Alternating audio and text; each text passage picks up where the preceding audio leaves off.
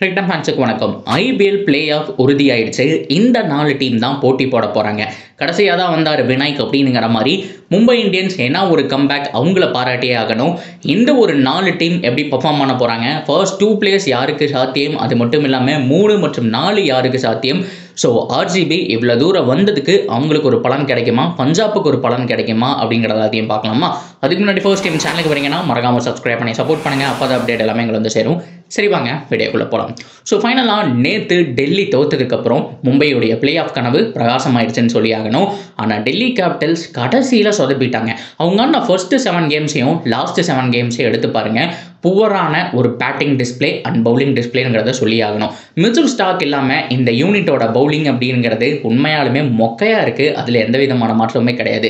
So நட்டுவை ஒரு match எக்ஸ்பென்சிவாக போனாதுன்னு சொல்லிட்டு drop பண்ணாங்க பார்த்தியா, அங்கே தான் அவங்களுடைய மிகப்பெரிய மைனஸ் பாயிண்ட்னு சொல்லி ஆகணும். ஜிடிக்கும் இந்த டீமுக்கும் ஒரு சிமிலரான ஒரு ஃபார்மில் இருக்குது. என்ன அப்படின்னா, இவங்க கொஞ்சம் லாங் பேட்டிங் லைனப் இருக்குது, ஜிடிக்கு அவ்வளோ பெரிய பேட்டிங் லைனப் இல்லை. ஆனால் சூப்பரான பவுலிங் யூனிட், கன் மாதிரியான ஒரு பவுலிங் யூனிட்டை ஜிடி வச்சிருக்காங்க. பிரசீத் கிருஷ்ணா பர்ஃபார்ம் பண்ணல அப்படின்னா ஸோ இன்னொரு பக்கம் சாய் கிஷோர் பண்ணுவார், சாய் கிஷோர் பண்ணல அப்படின்னா சிராஜ் பண்ணுறாரு.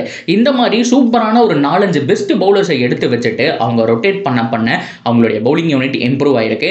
ஸோ நட்டுவை ஒரு மேட்ச் பார்த்து ட்ராப் பண்ணதெல்லாம் உண்மையாலுமே பியூரான ஒரு ஸ்கேம் அப்படிங்கிறதுல மாற்றமே இல்லைங்க. ஸோ ஹேமந்த் பதானி நல்லா கோச் பண்ணுறாரு அப்படிங்கிற மாதிரி ரொம்ப பாராட்டினாங்க.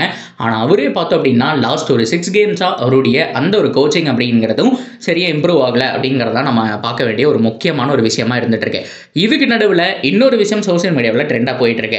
செலிப்ரேஷனுக்கு முன் செலிப்ரேஷனுக்கு பின் அப்படிங்கிற மாதிரி. அது என்ன செலிப்ரேஷன் அப்படின்னா, ஸோ சின்னசுவாமியில் பயங்கரமாக பேட்டிங் ஆடிட்டு கேஎல் ராகுல் ஒரு செலிப்ரேஷன் பண்ணுவார். அந்த மேட்ச் தான் பர்ஃபெக்டாக அவங்க டீம் வின் பண்ணுது. அதுக்கப்புறம் பார்த்தோம் அப்படின்னா ஏகப்பட்ட மேட்ச் லாஸு, கேஎல் ராகுலுடைய ஃபார்மும் போச்சு.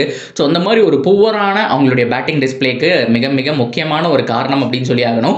அதுக்கப்புறம் வந்துட்டு ஒர்க் அவுட் ஆகலை அப்படிங்கிற மாதிரி ட்ரோல் போட்டிருந்தாங்க. ஸோ ஓவரானா இப்படித்தானுங்கிற மாதிரிலாம் சில பேர் சொல்லிட்டு இருந்தாலுமே, ஸோ அந்த வகையில் அதாவது இந்த மாதிரி கர்மா, அது மட்டும் இல்லாமல் இந்த மாதிரி செலிப்ரேஷன் பண்ணதுனால தான் தோத்துட்டாங்க, அதெல்லாம் வேற விஷயம். ஆனால் அதுக்கப்புறம் நடந்த எல்லா மேட்ச்லையுமே அவங்களுடைய பேட்டர்ஸ் யாருமே சரியாக ஒழுங்காக பண்ணல. அதுதான் இந்த இடத்துல பார்க்க வேண்டிய விஷயம். அண்ட் கருண் நாயர் பார்த்தோம் அப்படின்னா வராமல் போனது. ஸோ அவர் வந்துட்டு ரொம்ப முக்கியமாக இந்த இடத்துல ஃபேப் டு பிளஸி அவருக்கு முடிஞ்சு போச்சுங்க. SA T20லையும் அவருடைய ஃபார்ம் அவுட்டு, ஏஜ் ஃபேக்டர் பயங்கரமாக தெரியுது. முன்ன மாதிரி ஃபேப் டு பிளஸி கிடையாது. ஷார்ட் பால்லாம் போட்டோம் அப்படின்னா செம்மையாக ஒரு புல் ஷாட்டெல்லாம் ஆடுவார். ஸோ அதெல்லாம் நம்ம பார்த்துருக்கோம். அண்ட் ஸ்கூப் எல்லாம் பயங்கரமாக ட்ரை பண்ணுவார். ஏதோ ஒன்று அவர் ஆக்டிவாக இருந்துக்கிட்டே இருப்பார். அந்த ஒரு ஃபேப்பை நம்ம பார்த்துருக்கோம். ஸோ கசாய் தட்டு தூக்கி நிற்கிற மாதிரி நிற்பார். ஆனால் ஃபேப் டு பிளஸி லாஸ்ட் ஒரு 2 இயர்ஸாக அவர் அவராகவே இல்லைன்னு சொல்லி ஆகணும். ஸோ டைம் டு ரிட்டையர்ட் அப்படிங்கிற மாதிரி பேசிகிட்டு இருக்காங்க. ஸோ கருண் நாயரே ஆடி இருக்கலாம் லாஸ்ட் ஒரு 3 மேட்சஸ் அப்படிங்கிற மாதிரி பேசிகிட்டு இருக்காங்க. ஸோ எனிவே டெல்லி கேபிட்டலுடைய கேம்பெயின் இதோட முடிவடையுது. அண்ட் ரொம்ப முக்கியமாக மும்பை இந்தியன்ஸ் ஆண்ட பரம்பரை, இவங்க பிளே ஆஃப் வராங்க அப்படின்னாலே எல்லாரும் தள்ளி போய் தான் ஆகணுங்கிற மாதிரி செம்மையான ஒரு டிஸ்பிளேங்க. ஸோ ஆரம்பத்தில் ஒரு மாதிரி ஸ்லோவாக ஸ்டார்ட் பண்ணாங்க. திடீர்னு வரிசையாக 4-5 மேட்ச் அப்படியே கண்டினியூவாக வின் பண்ணி டாப் ஆஃப் த டேபிள் போனாங்க. மறுபடியும் ஒரு சர்க்கிள் கீழே வந்தாங்க. மழையினால் ஒரு மேட்ச் தீபக் சகர் ரன்னு வாரி கொடுத்து அந்த மேட்சை தோத்தாங்க. அதுக்கப்புறம் எகைன் ஒரு கம்பேக் அப்படிங்கிறத சொல்லியாக்கணும். சூரியகுமார் யாதவ் எப்படி பேட்டிங் ஆடணுங்கிறத படம் போட்டு காமிச்சிருக்காரு. ஆரம்பத்தில் அப்படியே ஸ்லோவாக ஸ்டார்ட் பண்ணிட்டு கடைசி ஒரு 12 பால் சும்மா தீயாக பறக்க விட்டுட்டாங்கன்னு சொல்லியாகணும். நமன்தீருடைய கேமியோலாம் சேர்ந்ததுக்கப்புறம் செம டோட்டல். இந்த ட்ராக்ல பவுலிங் செமையாக போடுவாங்க. ஸோ அதுக்கு 160 இருந்தாலே போதுமான விஷயம். 180 அப்படிங்கும்போது ஒரு 20 ரன் எக்ஸ்ட்ரா தான் வந்துட்டு ஸ்கோர் பண்ணியிருக்காங்க. ஸோ மும்பை இந்தியன்ஸ் பிளே ஆஃபுக்கு குவாலிஃபை ஆயாச்சு. ஆனால் பிரச்சனையே இனிமேல் தான் ஸ்டார்ட் ஆக போகுது. ஏன் அப்படின்னா அந்த டாப் 2 எல்லா டீமுக்குமே டாப் 2 வாய்ப்பு இருக்குங்க. குஜராத் பார்த்தோம் அப்படின்னா ஒரு மேட்ச் வின் பண்ணிட்டா அவங்க டாப் 2 வந்துட்டு சீல் பண்ணிடுவாங்க. மாற்றமே இல்லை. குவாலிஃபயர் 1 அவங்க தான் விளையாட போகிறாங்கிற மாதிரி ஆயிரும். ஸோ அவங்க ஒரு மேட்ச் தோத்தாலுமே ஒரு மேட்ச் வின் பண்ணிட்டா வந்துட்டு குவாலிஃபை. மீதி இருக்கிற எல்லா டீமுக்குமே இருக்கக்கூடிய எல்லா மேட்சுமே ஜெயிச்சா அந்த டாப் 2 போகிறக்கான சான்ஸ் இருக்குது. அந்த ஒரு வகையில் தான் எல்லாருமே பார்த்துட்டு இருக்காங்க. அதுக்கு மீதி டீம் தோக்கணும் ஜெயிக்கணுங்கிற மாதிரி பயங்கரமான ஒரு காம்படிஷன் இருக்குது. டாப் 2ங்கிறது ரொம்ப முக்கியமான விஷயம். ஆல்ரெடி சொன்ன மாதிரி இவ்வளோ தூரம் எல்லாரும் போராடி வந்திருக்காங்க இல்லையா. ஸோ அவங்களுக்கு கிடைக்கிற ஒரு மிகப்பெரிய ஒரு பரிசுன்னு சொல்லலாம். ஏன்னா தோத்தா கூட இன்னொரு வாய்ப்பு இருக்குது அப்படிங்கிற மாதிரி தான் பார்க்கணும். ஸோ அந்த வகையில் ஸோ கண்டிப்பாக மும்பை இந்தியன்ஸ் வந்துட்டு அவ்வளோ பெருசாக வந்துட்டு ஃபீல் பண்ணிக்க மாட்டாங்க. குவாலிஃபை ஆனதே நமக்கு போகுது அப்படிங்கிற ஒரு மைண்ட் செட்டில் தான் இருப்பாங்க. நெக்ஸ்ட் கேம் தோத்தா கூட அவங்க ஃபீல் பண்ணிக்க மாட்டாங்க. ஆனால் ஃபீல் பண்ணக்கூடிய டீம் யார் தெரியுமா? ஜிடியும் பண்ண மாட்டாங்க, பஞ்சாப் ஆர்சிபி தான். அவங்க எப்படியாவது அந்த டாப் 2க்குள்ளே போயிடணும் அப்படிங்கிறதா அவங்களுடைய மைண்ட் செட்டு. ஸ்ரேயஸ் ஐயரை பொறுத்த வரைக்கும் அவருக்கு மிகப்பெரிய அதிர்ஷ்டத்தையும் தாண்டி அவருடைய ஃபார்மும் செமையாக இருந்திருக்கு. லாஸ்ட் ஒரு 2 இயர்ஸாக அவருடைய டிராஃபி ரெக்கார்டு எடுத்து பாருங்க. Irani cup, Ranji trophy, IPL, அது மட்டும் இல்லாமல் இன்னும் சையத் முஸ்டாக் அலி டிராஃபி. ஸோ அதுக்கப்புறம் இந்த பக்கம் வந்தீங்க அப்படின்னா மறுபடியும் கேப்டன்சி ஐசிசியில் கிட்டத்தட்ட 10-11 வருஷத்துக்கு அப்புறம் கொண்டு போயிருக்காரு. சம்திங் அவர்கிட்ட ஏதோ ஒன்று இருக்குது கைஸ். உண்மையாலுமே சூப்பராக பண்ணிட்டு இருக்காப்ல. அப்படிப்பட்டு பஞ்சாப் இவ்வளோ தூரம் வந்திருக்காங்கன்னா டாப் 2ல குவாலிஃபை ஆகி தான் ஆகணும். ஸோ அப்போ தான் ஜெயிச்சா ஃபைனல், தோத்தா ஒரு வாய்ப்பு இருக்குது அப்படிங்கிற மாதிரி வெயிட் பண்ண முடியும்.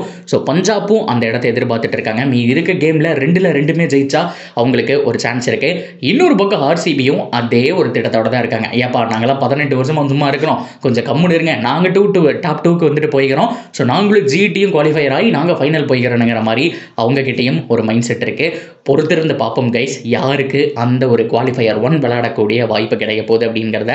ஸோ ஆர்சிபியா, பஞ்சாபா, மும்பை இந்தியன்ஸா அண்ட் ஜிடியா அப்படிங்கிற மாதிரி தான் 4 டிஃப்ரெண்ட் டீம்ஸ், 4 டிஃப்ரெண்ட் ஸ்குவாடு. உண்மையாலுமே வந்துட்டு ஒவ்வொரு ஸ்குவாடும் தரமாக இருக்குது. ஒவ்வொரு ஸ்குவாடும் அவங்களுடைய வழியில் தனித்துவமாக இருக்குன்னு சொல்லியாகணும். மும்பை இந்தியன்ஸை பொறுத்த வரைக்கும் இந்தியன் லைனப் பயங்கரமாக இருக்குது. ஜிடியை பொறுத்த வரைக்கும் பார்த்தோம் அப்படின்னா அவங்களுடைய ஓப்பனர்ஸும் பவுலர்ஸும் தான் அவங்களுடைய பலமே. ஆர்சிபியை பொறுத்த வரைக்கும் அரௌண்ட் த வேர்ல்டு இருக்கக்கூடிய பெஸ்ட் பிளேயர்ஸ் எல்லாம் எடுத்து போட்டு டோட்டல் ஸ்குவாடுமே வந்துட்டு ஸ்ட்ரென்த் பண்ணியிருக்காங்க. ஸோ நடுவில் பஞ்சாப் பார்த்தோம் அப்படின்னா மிடில் ஆர்டர் ஓரளவுக்கு மேட்ச்சில் பர்ஃபார்ம் பண்ணுறாங்க, ஒரு மேட்ச் டாப் ஆர்டர் பர்ஃபார்ம் பண்ணுறாங்க, ஒரு மேட்ச் பவுலர்ஸ் பர்ஃபார்ம் பண்ணுறாங்க.